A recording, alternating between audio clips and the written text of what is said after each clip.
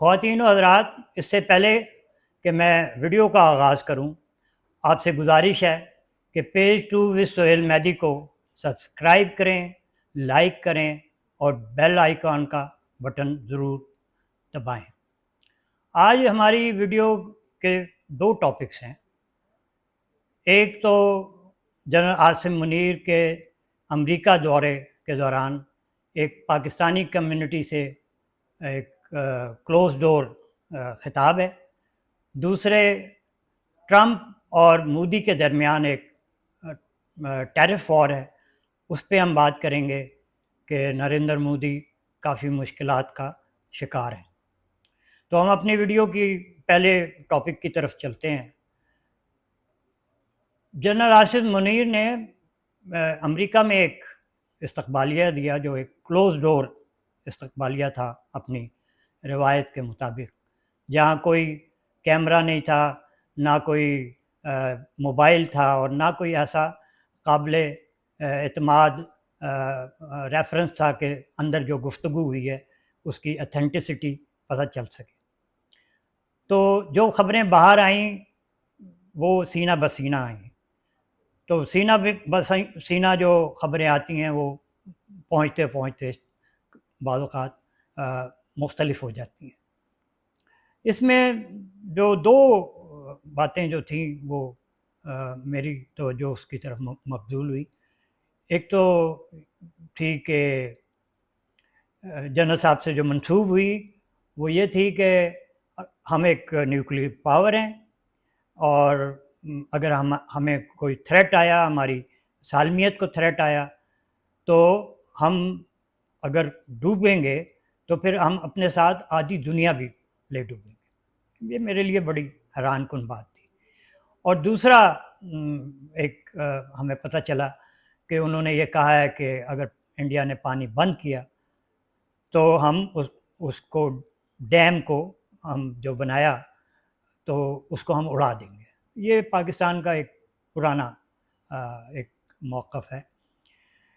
تو ہم یہ دیکھتے ہیں کہ مجھے بڑی حیرانگی ہوئی کہ جنرل صاحب نے یہ بیان کیوں دیا، یہ دھمکی دینے کی ضرورت کیوں محسوس ہوئی، کیونکہ مجھے تو کوئی ایسی وجہ نظر نہیں آ رہی، کوئی ایسے حالات تبدیل نہیں ہوئے، کوئی پاکستان کو ایسا تھریٹ مجھے ایسا نظر نہیں آیا کوئی کہ جس کی وجہ سے جنرل صاحب نے اتنی ایک اہم بات کہہ دی کہ دنیا کو ہم اپنے ساتھ ڈبو دیں گے۔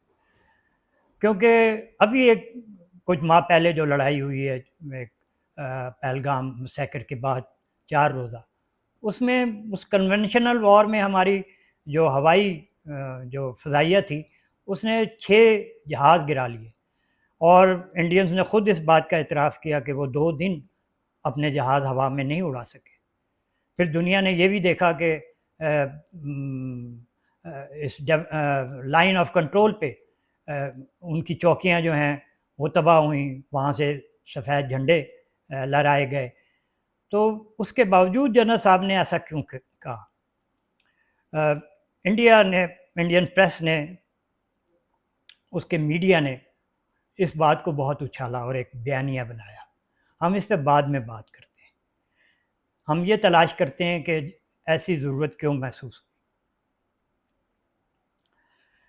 ایک 30 جون کو ایک انڈیا ٹوڈے میں ایک سٹوری چھپی، جو بعد میں اس کے علاوہ بھی اور بھی چینلز میں اس کو چھاپا گیا اور اس پہ گفتگو ہوئی۔ ایک ادارہ ہے ڈیفنس کا، انڈین DRDO، اس نے ایک اعلان کیا ہے کہ وہ انڈیا جو ہے وہ ایک ایڈوانس کنونشنل بنکر بسٹر جو ہے، بسٹنگ جو ہے، وار ہیڈ جو ہے وہ بنانے جا رہا ہے، جس کو وہ ہدف تک ان کا ایک میزائل اگنی ہے اس تک اس کے ذریعے پہنچائے گا۔ یہ اس کی جو تفصیلات بتائیں کہ یہ 7500 کلو گرام وزنی ہوگا، اور زمین میں وہ 100 سے 80 میٹر کی گہرائی تک جا کے وہ اپنے ہدف کو تباہ کر سکے گا۔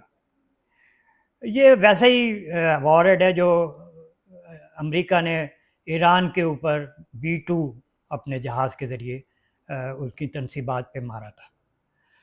تو اس سے کچھ اندازہ یہ ہوتا ہے کہ یہ جو تھریٹ محسوس کیا اس کا شاید جنرل صاحب نے جواب دیا.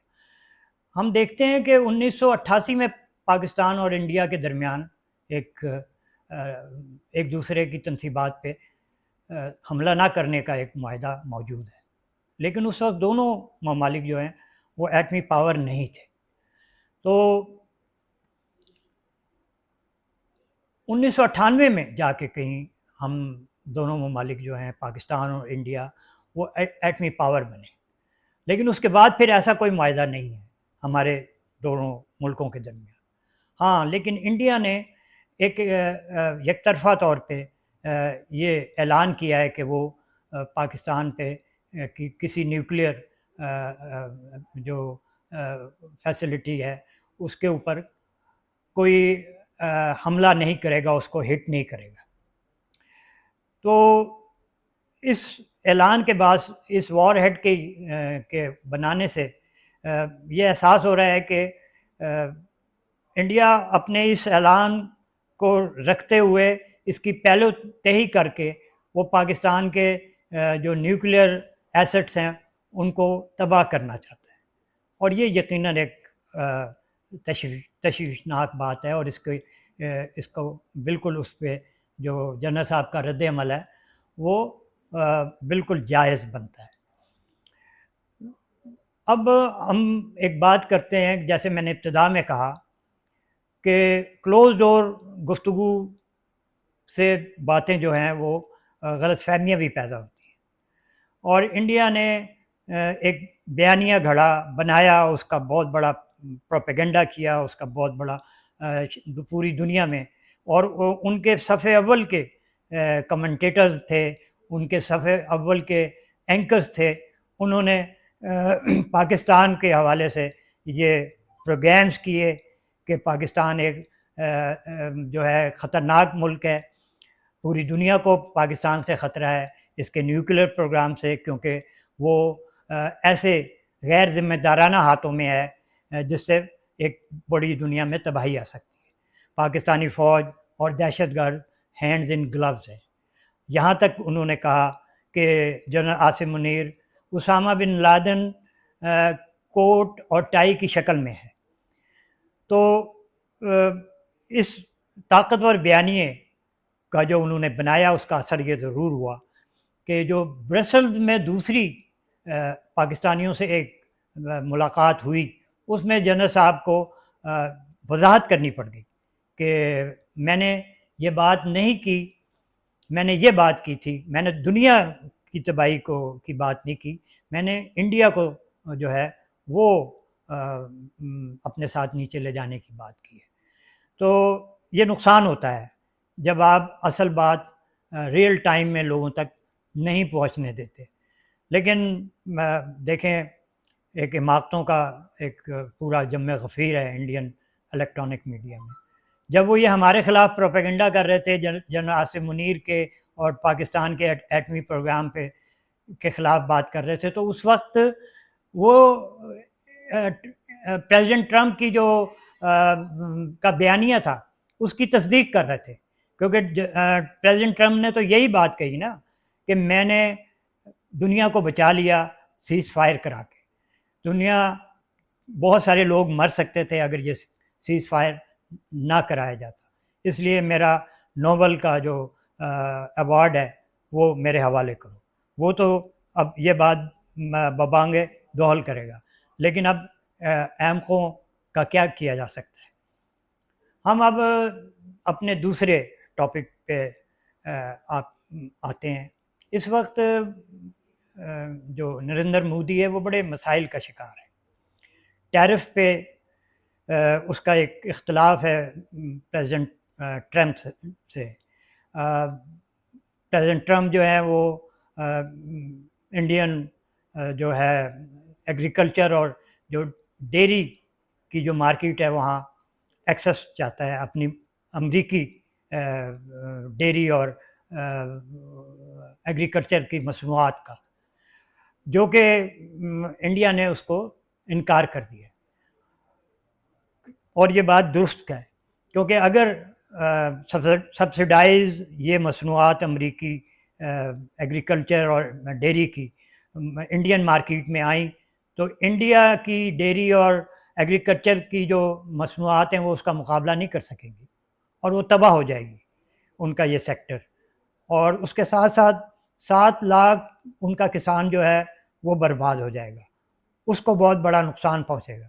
اس لیے انڈیا نے ٹرمپ کا یہ مطالبہ ماننے سے انکار کر دیا، اور پھر اس کا نتیجہ یہ نکلا کہ جو ایک ڈیٹ تھی بائی لیٹرل ایگریمنٹ کی وہ گزر گئی، تو ٹرمپ نے پھر ایک ٹیرف عائد کیا انڈیا پہ 25%، جو کہ